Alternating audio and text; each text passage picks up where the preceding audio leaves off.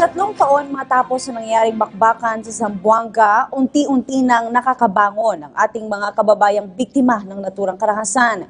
Gaya na lamang ng tribo ng Samar, Bangingi at Bajau na ngayon nakapamuhay na muli ng payak at mapayapa. Si Eunice Samonte sa detalye. Ilang taon matapos ang kontrobersyal na Zamboanga Siege na ikinamatay ng halos 300 katao, ganito na ang sitwasyon ng ilan sa mga naiwan at natirang kababayan nating nadamay sa kaguluhan. Payak at tahimik ang komunidad ng tribo mula sa Samar, Bangingi at Bajau dito sa mistulang nagtatagong barangay ng Taluksangay, Purok 6. Dito rin kasi matatagpuan ang pinakapayapang komunidad ng mga Muslim sa buong probinsya ng Zamboanga. At dahil hindi pag-aanong abot ng teknolohiya, ang mga bata ay wala ring ibang libangan kundi ang makalumang larong kalye.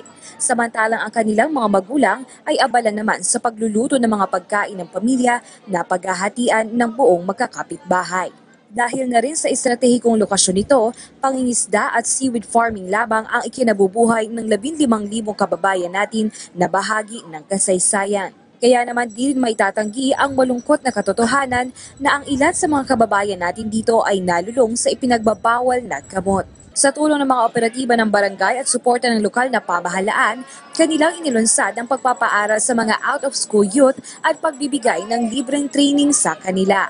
We were able to promote more sa youth natin, sa mga out-of-school youth, yung seaweed farming, na napapalago nila ngayon from a very meager capital na naman na medyo napapalago nila. And right now, they are going to see the President. Kaya naman para sa mga taga-barangay Taluksangay, Purok 6, ang pagbabago ay tila ba'y abot-tanaw na rin lalo pat sa suporta ng lokal na pamahalaan at mga pangako ni Pangulong Rodrigo Duterte na maiangat ang kalagayan ng mga pamilyang tila ba'y napabayaan na ng panahon. Para sa PTV News, Eunice Samonte, Zamboanga City.